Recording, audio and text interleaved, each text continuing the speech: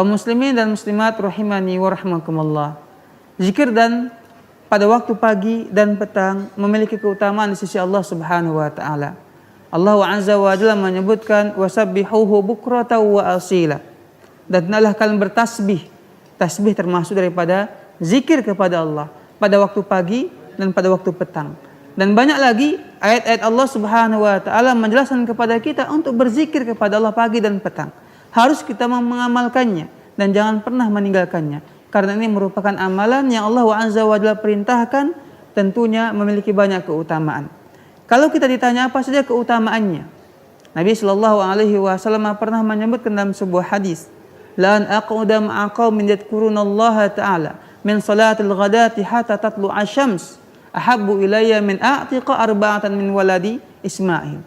Kata beliau Shallallahu Alaihi Wasallam, aku itu duduk bersama orang-orang yang berzikir kepada Allah pada waktu habis sholat subuh sampai matahari terbit, lebih aku sukai dibandingkan kalau aku membebaskan 4 orang daripada keturunan Nabi Ismail alaihissalam. Tentu ya ini memiliki keutamaan, membebaskan budak yang dalam kondisi masih dalam perbudakan.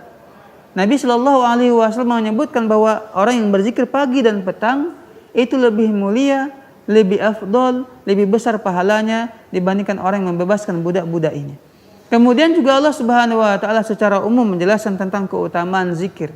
Nabi Shallallahu Alaihi Wasallam ya juga menjelaskan dalam hadis-hadis beliau dan memotivasi kepada kita untuk berzikir kepada Allah Subhanahu wa taala. Di antaranya beliau Shallallahu Alaihi Wasallam juga menyebutkan bahwa kalau kita itu mengamalkan sholat syuruk, tapi dengan syarat pertama kita sholat subuh berjamaah, kemudian setelah itu kita nggak pulang ke rumah tapi tetap di tempat kita sholat di masjid berzikir kepada Allah sampai matahari terbit. Ini tentunya zikir pagi petang yang kita ucapkan, yang kita baca.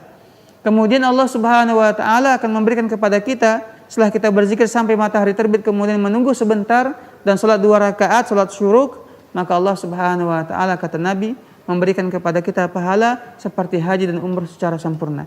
Ini beberapa keutamaan zikir pagi dan petang dan banyak lagi keutamaan yang Nabi Shallallahu Alaihi Wasallam sebutkan kepada kita.